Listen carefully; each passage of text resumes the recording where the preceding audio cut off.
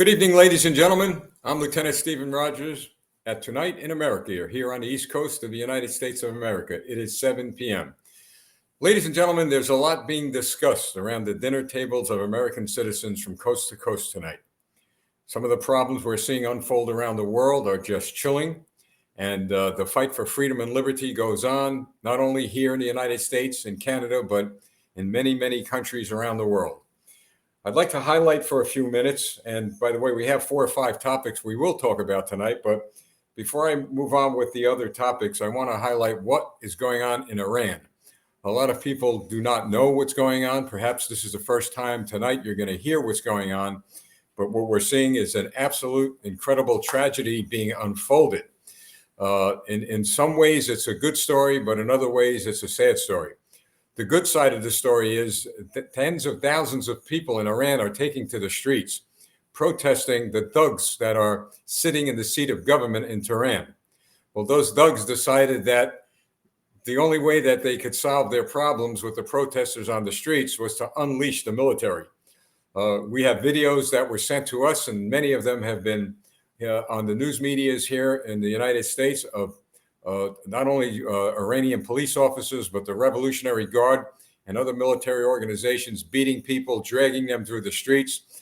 I'm hearing some have been shot and killed.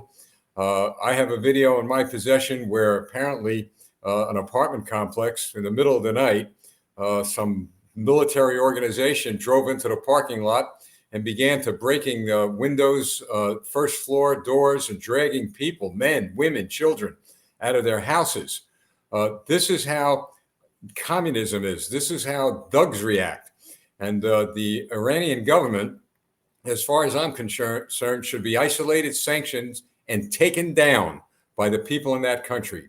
I've always said and will continue to believe that thank God for the Second Amendment in the United States of America.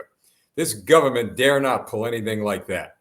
Now, I believe that the Second Amendment is there for the people to protect themselves against governments like Iran, against any government that tells its military or police to take up arms and to literally go after the citizens of their country for no reason at all. I've always advocated that those in America, if you have a weapon, if you uphold the Second Amendment, you do it within the framework of the law. You get fully trained on the use of those firearms. And in that training, you will be trained to understand when to shoot and not to shoot. It is fundamentally, absolutely critical that you understand how to use firearms and you use them within the framework of the law. But saying that, what we're seeing happen around the world, I am convinced that at least this country, since the day it was founded, political leaders who go awry, who go astray, who think that they could become dictators and use any force at all without being within the framework of the Constitution, well, they've got to be real careful. And that's a point in time we never want to get to America again. It was in the Revolution, it was in the Civil War, but I've got to tell you, folks, what's happening around the world is causing us in America to pause and to just thank God that we have people in this country who are using their heads, who are knowing how to use weapons in the event they have to use them, and by all means who are working hard. And I'm talking about the NRA, the National Rifle Association, and people who have weapons are teaching and instructing other people that you use those weapons only if necessary, only if your life is threatened, only and only at those times. And so far, so good. But I've got to tell you, it's just troubling. The videos are sickening. And what's more sickening is this, and this is why I bring this up tonight. We find out as all this is going on, as people are being beaten, as they're being dragged out of their homes, children too, by the way, as they're being imprisoned by the thugs. And that's all they are, a bunch of thugs sitting in Tehran, sitting in Iran. They've always been thugs. They're not a legitimate civilized society. The people are, but not those government officials. Well, we find out that the United States government under Joe Biden seems to want to become a nation that's going to be cozy with the Iranian thugs.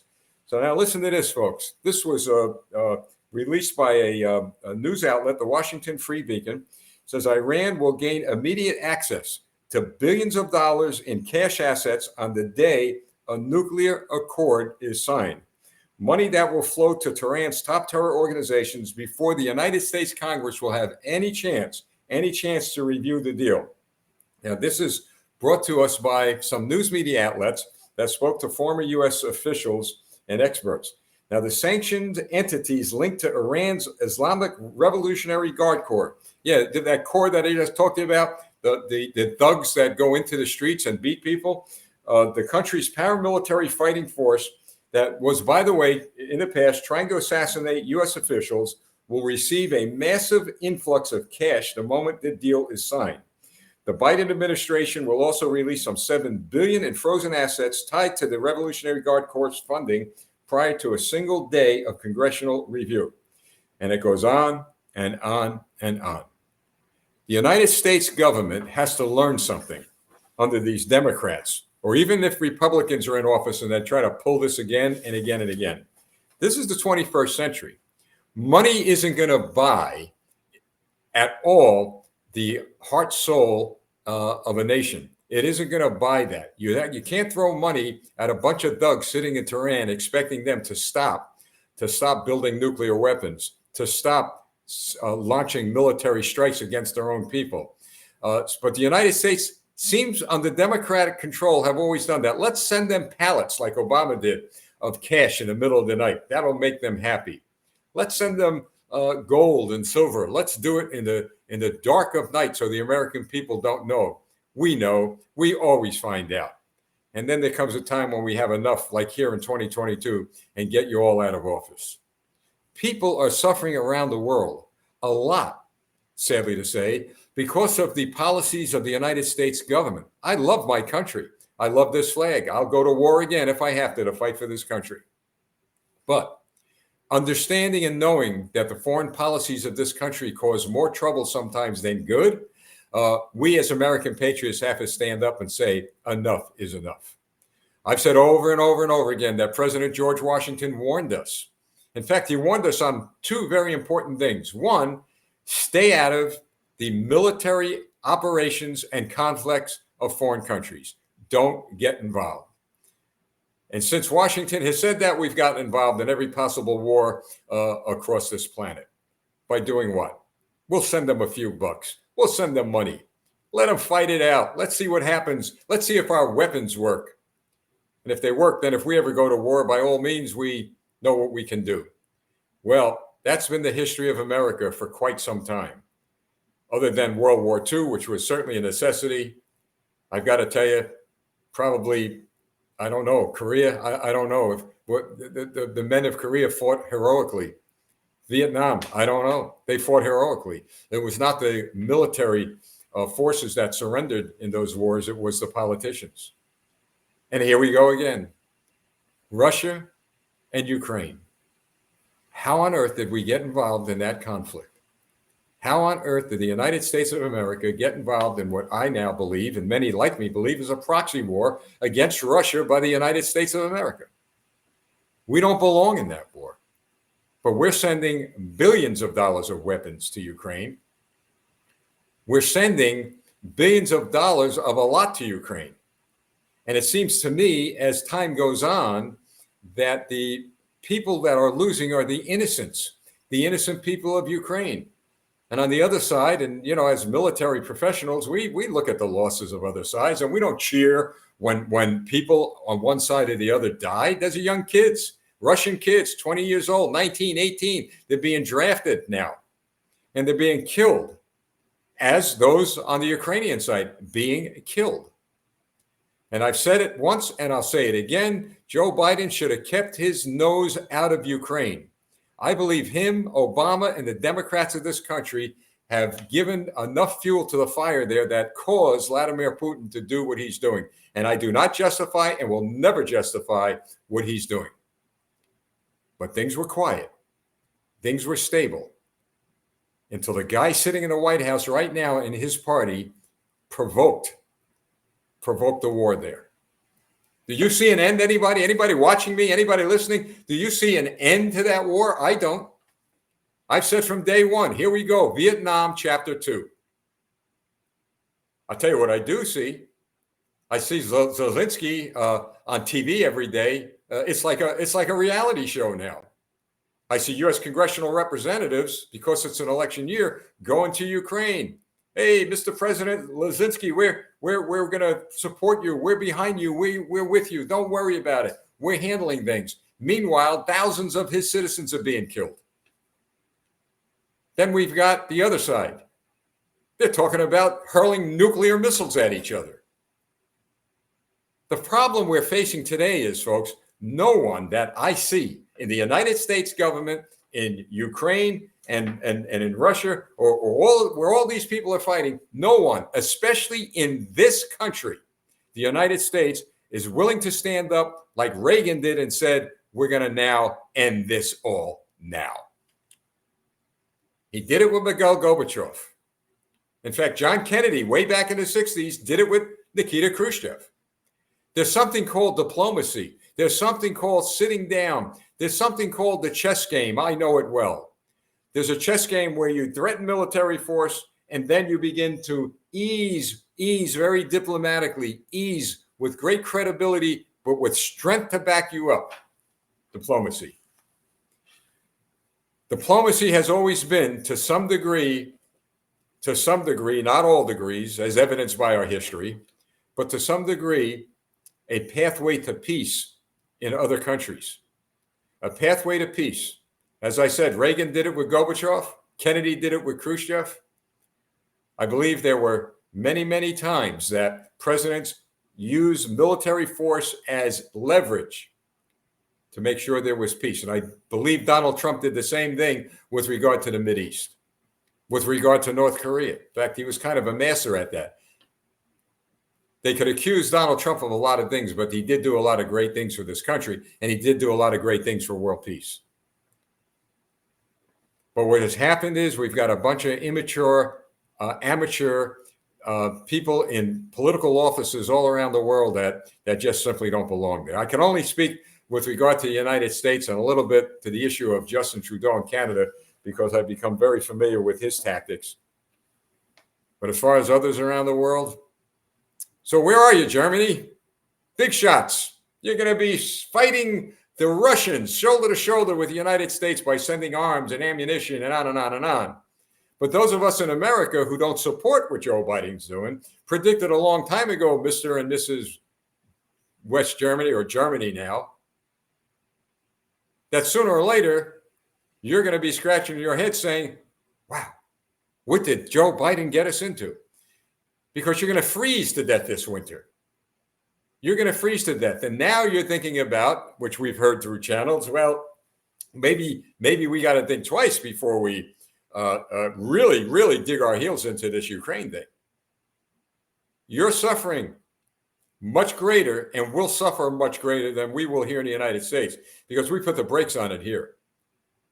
Few more weeks, and America is going to change. The Republicans will be elected to office. We'll take control of our government. January, when they're sworn in, watch for sweeping changes for the good. France, haven't heard much from you, Marcone. You got a big mouthpiece.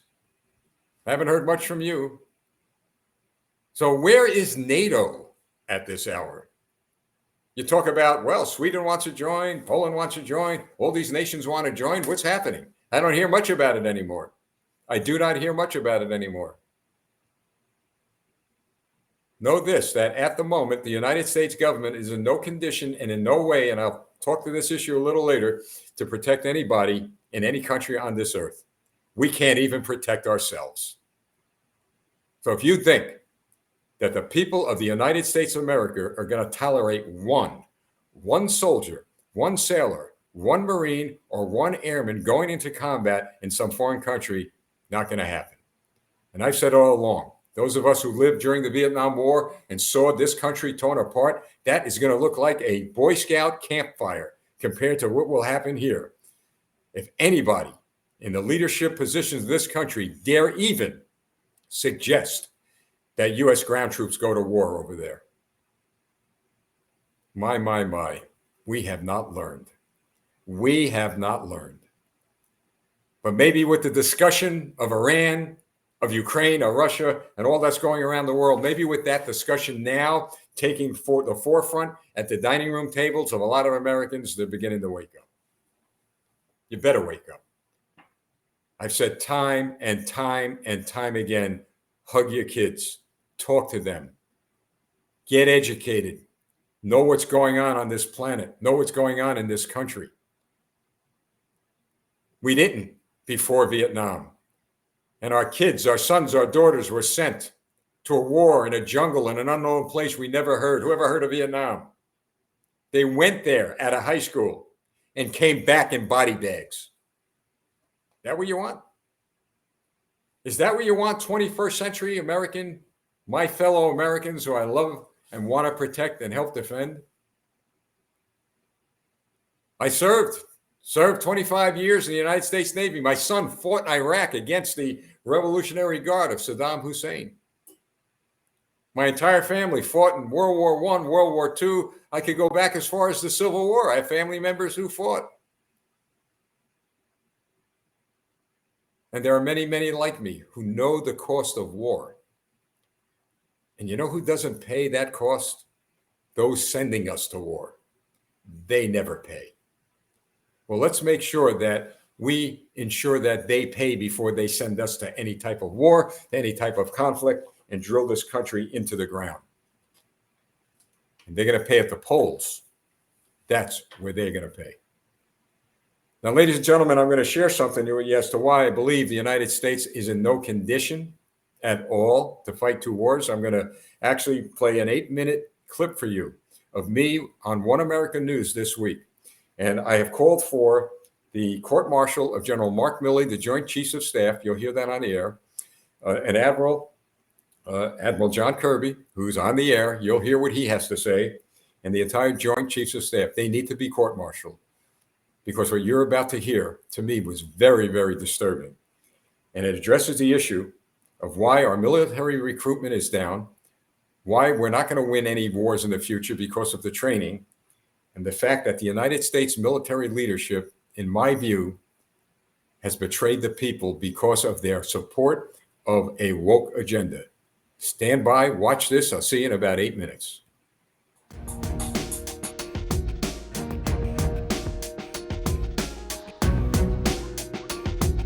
Welcome back, everyone. We have yet another example of wokeness in our United States military. It's now creeped its way down into the academies.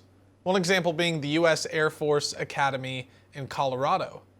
You're looking at screenshots right now from their recent training presentation titled Diversity and Inclusion: What It Is, What We Care, Why We Care, and What We Do. These documents have been verified by Fox News, who obtained them from Florida Congressman Mike Waltz. This presentation instructs cadets to use language that is person-centered and includes all genders. What, all two of them? No. For example, it says to use the word partner instead of boyfriend or girlfriend, or parents and caregivers instead of mom and dad. It also tells cadets to replace the term colorblind with color conscious. Yet the White House wants us to believe them when they say there's no wokeness in the military. Some on the right have suggested that it's the administration's policies, right? It's the requirement of the vaccine. It's the, quote, woke policies in the military that's leading less people to want to join. What do you make of that? Yeah, there's no indications of that. First of all, it's a bogus claim. There's no wokeness in the military. The military is, and it should be, a diverse organization. We're supposed to represent and defend all Americans. They're driving a stake through a straw man. And we've seen no indications that culture concerns like that are having an impact on recruiting. So John Kirby's lying, and he knows he's lying, because anyone would consider forcing gender-neutral language onto cadets to be woke. Obviously, don't say mom or dad. And also this, remember tweeting about Pride Month from official military accounts? Remember when they did that? The pride salute, the rainbow flag pride salute? Yeah, that's no wokeness in the military, guys. Nothing to see here, nothing to worry about. Joining me now to react to this is former New Jersey Police Lieutenant and former U.S. Navy officer, Lieutenant Steve Rogers, aka Captain America. Lieutenant Rogers, it's great to have you on the show as always. According to John Kirby, according to the powers that be, there is no wokeness in the military. So what they really want us to do is they want us to look with our own two eyes and see wokeness in the military and say, no, no, no, our eyes are lying to us. A couple of points, Addison, I'd like to make. I believe John Kirby was an admiral in the Navy when I was a lieutenant commander. He ought to be ashamed of himself. He is a disgrace to his uniform in the military. He has sold his soul to wokeness. So he did, as you said, lie directly to the American people. Number two, General Mark Milley, the chairman of the Joint Chiefs of Staff, should be court-martialed, as well as every member of that Joint Chiefs of Staff. They're not doing their job. I believe they, too, have sold their souls and the mission of the military to a Democrat Party that is looking to take this country apart. I've got to tell you, I've already talked to many people in the military, active, retired. They're sick and tired of what they're seeing. And our enemies, especially China, are watching closely, laughing at us. Our men and women in the military and in the academies especially should be trained to fight wars and win. And our enemies are looking at us and they're saying, you know what? This may be our opportunity to strike America because they're weak, they're woke, and they're never going to win a war. That I believe they are coming to that conclusion. So you say you've talked to people, both who are veterans and who are in the military now, who are saying, yeah, there's woke nonsense in the military right now. You've actually talked to people who are going through that training, being forced to go through that training? Yes, I have. And many of them have told me they're going to just sit in the classroom. They're going to let it go in one ear and out the other. And also, Addison, I've talked to a good number of recruiters from every branch of the service. And I've got to tell you, the recruitments are way down. Standards are way down. They're not getting the men and women in the military who are the highly skilled people who are willing to fight wars and die for this country. So again, the damage, and let me add this, the damage to our country is not necessarily coming from our traditional enemies, but I believe that the leadership of the military is becoming a national security threat to our country because they're not making sure that our military could challenge anybody on the face of this earth and win a war. And we're going to pay a heavy price moving forward if we don't, as the people of this country, wake up and make changes rather quickly. Yeah, we've become probably the only military in the world who has gone from the most powerful, the most respected, and terrifying military force in the world to the one that's most obsessed with diversity, equity, and inclusion. So quite the fall from glory. I also want to play this. This made the rounds last year, just to kind of add some receipts for John Kirby, since he doesn't seem to have any idea what's going on in the military. This was an Army ad last year in May, I believe, about with two lesbian moms. It's a cartoon, and this girl saying that she joined the Army to discover her inner strength and shatter stereotypes. Let's watch. It begins in California, with a little girl raised by two moms. Although I had a fairly typical childhood, took ballet, played violin, I also marched for equality. I like to think I've been defending freedom from an early age. With such powerful role models, I finished high school at the top of my class, and then attended UC Davis, where I joined a sorority full of other strong women. One of my sorority sisters was studying abroad in Italy. Another was climbing Mount Everest. I needed my own adventures, my own challenge. And after meeting with an Army recruiter, I found it. A way to prove my inner strength and maybe shatter some stereotypes along the way. I'm U.S. Army Corporal Emma Malone-Lord, and I answered my calling.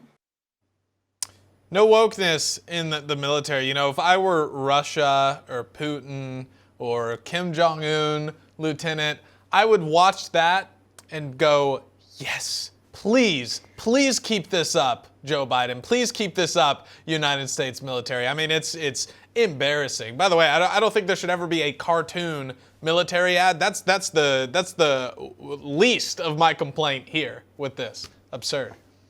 Addison, my 25 years in the military, and I would challenge John Kirby to get out from behind his Ivy Tower desk and get to see the troops again. My 25 years, I've seen no discrimination, no prejudice. If there was, it was some, it had to be a very low, invisible number.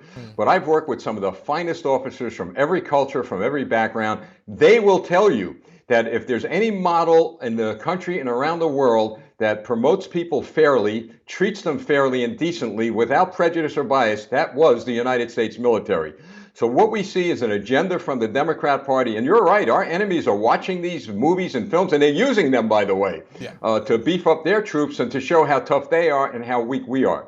But I have hope for America. I believe Democrat conservatives, as well as Republicans and American patriots in particular, are going to look at this and say, that's it, because our national security is being placed in jeopardy, not only by the Chinese Communist Party and others, but by the Joint Chiefs of Staff and the leadership in the military right now. You need the American people to have confidence in the military, and they're losing it rather rapidly. Yeah, we can only hope and pray that that changes before it's too late. Lieutenant Steve Rogers, Captain America, great to have you on the show, my friend. Thank you so much, as always. Always a pleasure. I salute you. Thank you. Thank you, sir. So there you have it, folks. The United States military is not only now an organization of wokeness, but it is an organization of weakness. And as Addison said to me on that news clip, the enemy is watching. President Xi of China is watching. The maniac rocket man in North Korea is watching. The maniac in Tehran, Iran is watching.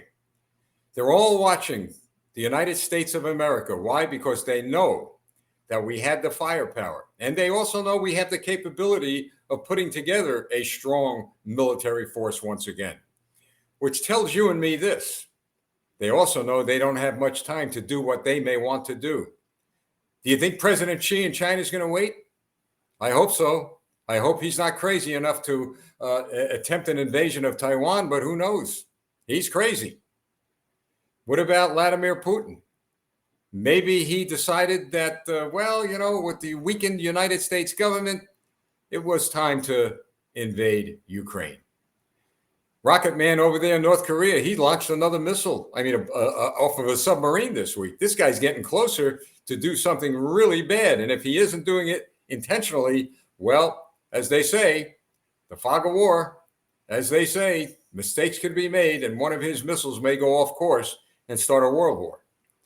All because, and I can say this because I live here, all because the government of the United States under the Democrats have surrendered our strength, surrendered our will, surrendered the power of the American people to who? To a bunch of elitists, to a bunch of crazies. Those of you who are in the World Economic Forum, as far as I'm concerned, that whole organization are a bunch of crazies. That's right. And some of you are friends of mine in the Republican Party, Democrats. You think that because you're paying dues or you're part of the WEF that you're doing any good for America? I'd like to ask you, my friends who belong to the WEF, one question. Just one question I need answered. Tell me, can you tell me any good the WEF has done for the United States of America? I'd love you to answer the question. In fact, when I'm out on the campaign trail these next 60 days or 20 days or whatever, I might ask some of you that. So get ready. I want you to tell me exactly what has the WEF done for the good for the United States of America, let alone the world, the United States of America. What have they done? And another issue, been going on since probably before I was born. I think it's time to kick the UN out of the United States of America. Kick them out of New York City. That's just one big, giant intelligence gathering information center. That's all that is. Now, the UN may be doing some good things, food and water and things like that. There are other countries that are needed. They need to stick to that. You don't need all of these diplomats involved, all these appointed political operatives that run around spying on each other. That's what they do. You think the guy that's in the office down the hall from Communist China isn't listening to what the guy is saying down the hall there? I mean, you got to be dumb not to believe that. We know what's going on. We've known what's been going on for years, but you see, we don't do anything about it. And now is an opportunity, a golden opportunity. The last opportunity, by the way, for America is in the next few weeks. So I asked the Democrats who are watching, and I know many of you are, how could you ever vote for a Democrat? How could you ever vote for any Democrat to elective office after you saw what you saw tonight on video? After you're seeing in this country, in the United States, I know many of you have seen the videos of the Iranian thugs beating their own people, men, women, and children. How could you support the Democrat position led by Joe Biden to send billions, not millions, but millions of dollars to Iran, which has vowed to decimate, destroy, and take off the face of the earth Israel? They haven't apologized. They haven't backed off. In fact, Iran, if you recall, Iran is the country that built the IEDs, the explosives that killed American troops in Iraq. And you're going to support the party. You're going to support the party that did that. You're going to support the party that's going to send your kid to war. And then what are you going to do? God forbid if your child comes back in a body bag, what are you going to do? What are you going to say? I see these union leaders. What a bunch of phonies.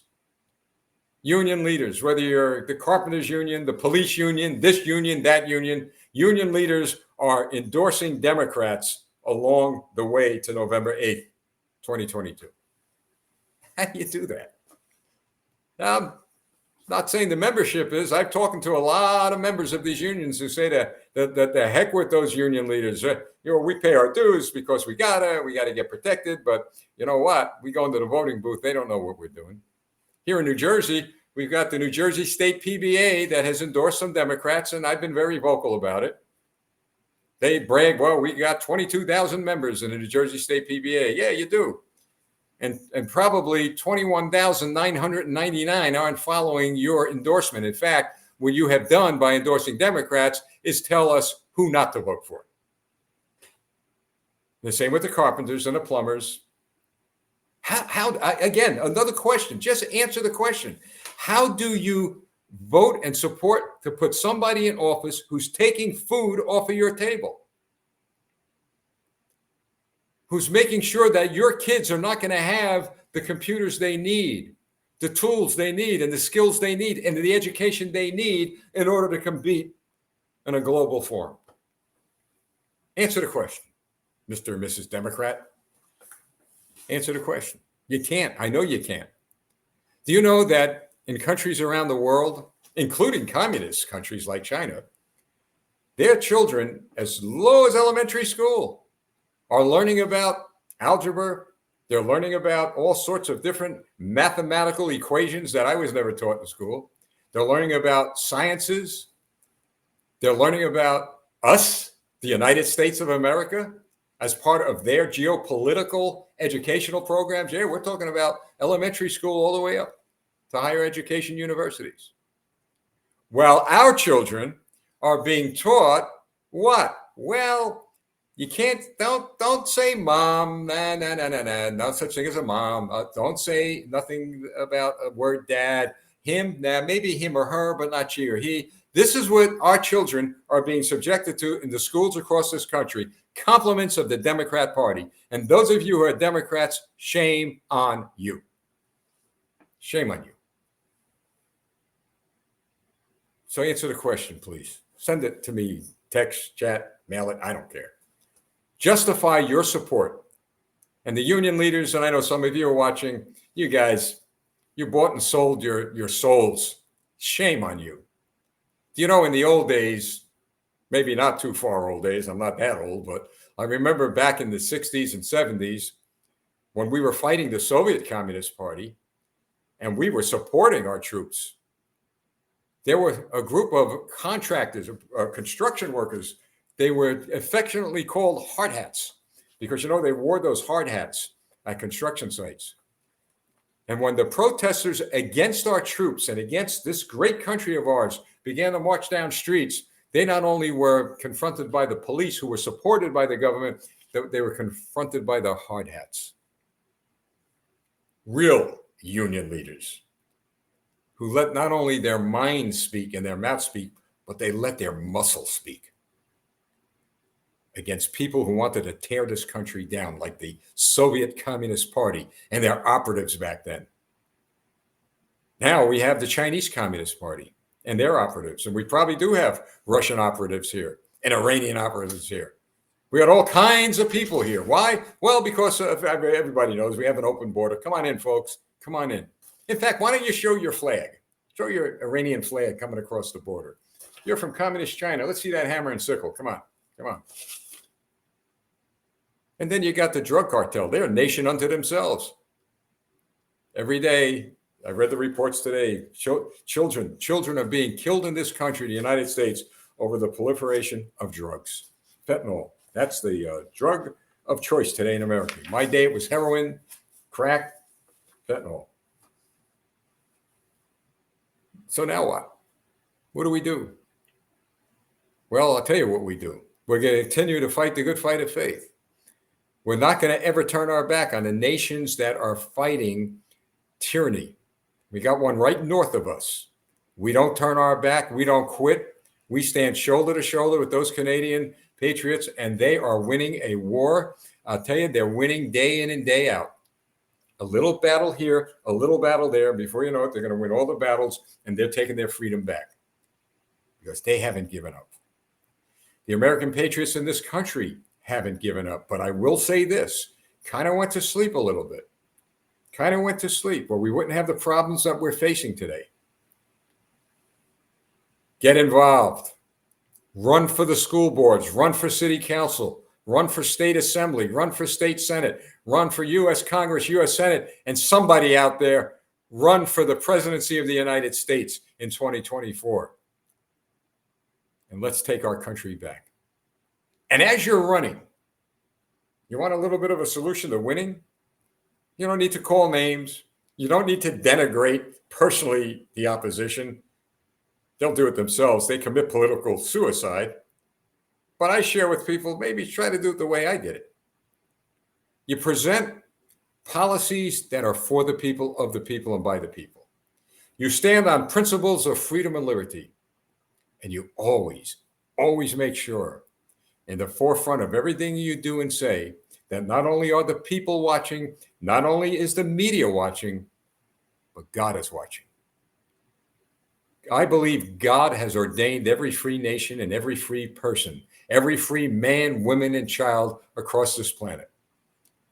It is by no coincidence that Canada and the United States are under fire, under a lot of fire, a lot of stress, a lot of strain, a lot of incoming, if you will, to destroy the Canadian people and to destroy the American people.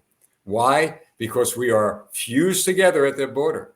Why? Because we truly do stand for an uncompromising commitment to freedom and liberty. Nobody is going to take those two gifts from God away from us. That's why there's been extra effort on the part of the insiders, if you will. You know, the elite, the powerful, they think they're powerful. The WEF, the UN, the Trudeaus, the Bidens. But they're all going to get caught. They're all going to get caught. I believe eventually, if not Joe Biden, Hunter Biden, my opinion, I believe he's going to go to prison. I believe Joe Biden is going to see his presidency go down in total disgrace. He'll go away, as well as the Democrats that supported him will. I believe Justin Trudeau, if he doesn't go to prison, he's going to have to go to some rehab center at some point. That guy's got problems. He should certainly not be prime minister of a wonderful country like Canada. And we could go across the globe and see what's going on in Italy. Italy, conservative gets elected to office. And it's going to happen in Canada. It's going to happen in the United States. This may be our last chance, folks. Canadians, listen to me. Americans, listen to me. Freedom-loving people, please listen. This may be our last chance. I don't think the good Lord is going to tolerate what's going on in our countries much longer. And I think one of the problems is we have to, as patriots, we have to understand that we outnumber them. We, the people of the United States of America and the people of Canada who love freedom and liberty, we outnumber them. You don't need weapons. You don't need protests. You don't need arms. You don't need ammunition. You don't need a revolution. You need to get to the polls. And if there comes a time when we've got to take to the streets, we do it within the framework of the law like the Canadians did. And then we march to victory, don't we? We've always done that. All is not lost. There's a God above watching us.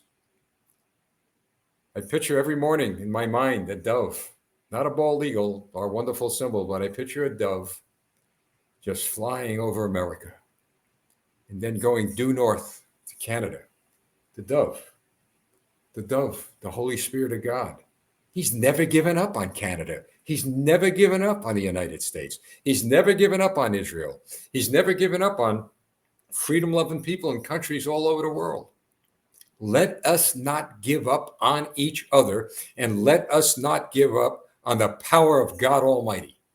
You might find it strange coming from somebody who's not a preacher, who's involved in politics, but I've learned in my life that you cannot govern a nation without the help, assistance, and guidance and wisdom of God Almighty. It's impossible. And that's what's happened here in America. And that's what's happened in Canada and other countries around the world. The leaders decided, well, we're king now. King Justin, King Joe, King nothing. The only king in America is the King of Kings and Lord of Lords, and I'm sure the Canadians agree that in their country, that is the same king. Jesus Christ. Forever and ever and ever. So as long as we who are involved in politics keep our eyes on him who sits in the heavens and understand that help is on the way, all we got to do is ask for it, all will be well. Ladies and gentlemen, I did my radio broadcast tonight. It's posted. You might want to see it. It goes to the point of, well, you know what? And I've been there and done that. You ever get to a point where you're just so distressed, you wake up in the morning, you're distressed, you want to pray, you don't have the power to pray, you're down, you're out, you're wandering around, you don't know what to say, what to do. And then before you know it, the tears are rolling down your cheeks and you're groaning because you're just so exhausted and spent from what you're seeing and feeling all around you. Keep this in mind. When those tears are swelling up and rolling down, and when your voice is uttering just a groan, that groan is music. That is music across the heavenly realm. And those tears, they are absolutely captured by the Holy Spirit. Your tears are taken from the Holy Spirit of that ever-living God, and he takes them right up to the throne of Jesus. And then Jesus says, just remember when you cry, when the groans come, remember what I said. Remember what I promised you, said Jesus. Whether you're in financial trouble, whether your kids are in trouble, whether you're facing sickness, whether you're facing insurmountable problems and challenges in your country, remember what I told you. When those tears come down your face, when the groans and groans and groans reach the heavenly realm, remember what I have said to you. I will never leave thee nor forsake thee. That is a promise he intends to keep. Thank you for tuning in tonight. We'll see you Thursday night on Tonight in Canada. We've got some other guests coming on. And remember, please keep our country's freedom-loving people in prayer. We're certainly going to keep the people of Iran and communist China in prayer. And folks, once again, I'm not going to belabor this. I don't like doing this, but there we are, www.campaign4america.com. Nobody, believe me, no government, no corporation, they wouldn't want to support those of us here at Campaign for America. But we do have a worldwide audience. We don't have millions of people like that. We've got thousands, who certainly listen in America and Canada, but there are now people that are picking up our broadcasts, I believe, by your sharing in other countries around the world. And we want to keep on doing that. Remember, I will never leave thee nor forsake thee, said our good Lord. And he intends to keep that promise. Thank you. God bless you. And please go to our website and think about a small contribution to campaign for America. See you Thursday. God bless you. I'm Lieutenant Stephen Rogers.